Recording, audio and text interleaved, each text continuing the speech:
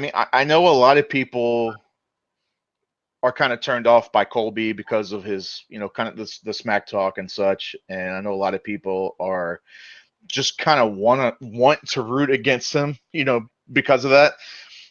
I don't know, man. The way Colby dispatched RDA, he looked really good. He did look good against Dos Anjos. He looked damn good. Really convincing. Yeah, he did.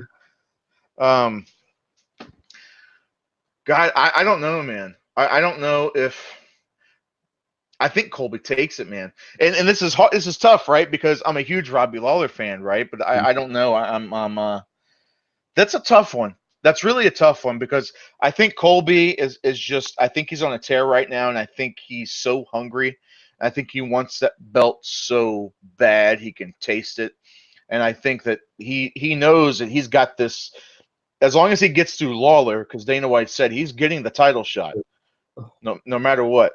What are you looking at? What, you got bags under your eyes? What do you? It's the damnest thing. I keep saying that I'm so damn sexy, and yet I've got 41-year-old bags today, man. I'm sorry. I actually take back what I said. God, I'm all haggard today. Fuck. Nah.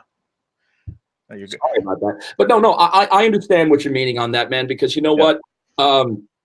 Smack talk is something that has really been implemented more in modern day MMA. I mean, it's always been there, but the level of the game has gone up so much because of so many key players that have decided to go ahead and take their head games to another level.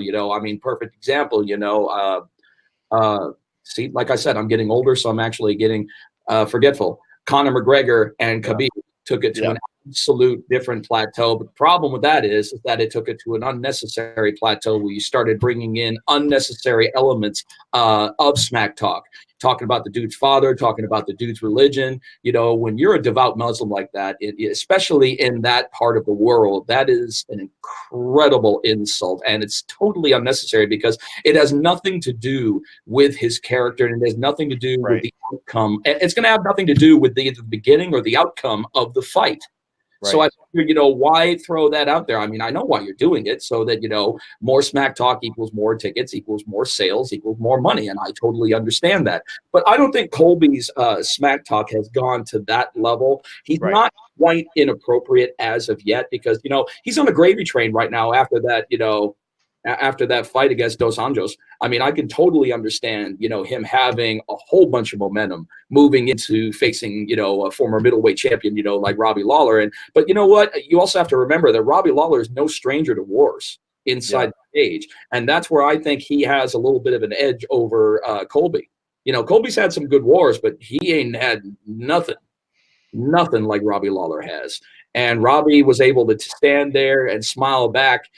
I mean, come on. I mean, at all that, split lips, split eyes. I mean, blood all over the place and everything. And he's still been able to do that. So I believe that Colby has the momentum, but I think I'm still giving it to Robbie because Robbie is one of those guys who shows up to shape all the time, and he's just going to be there to fight.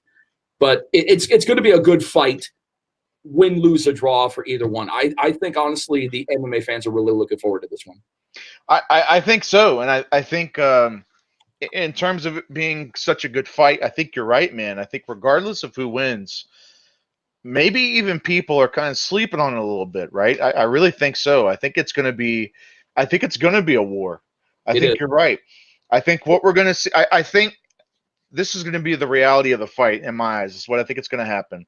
It's going to be a lot of takedowns. It's going to be a lot of this. A lot of this is going to be on the ground. The question is, can Robbie get back up from the takedowns? We know what Colby does. Colby doesn't try to hide what he does. He does the same thing every time he goes in there, takedown, ground and pound, right? And he's fast, he's strong.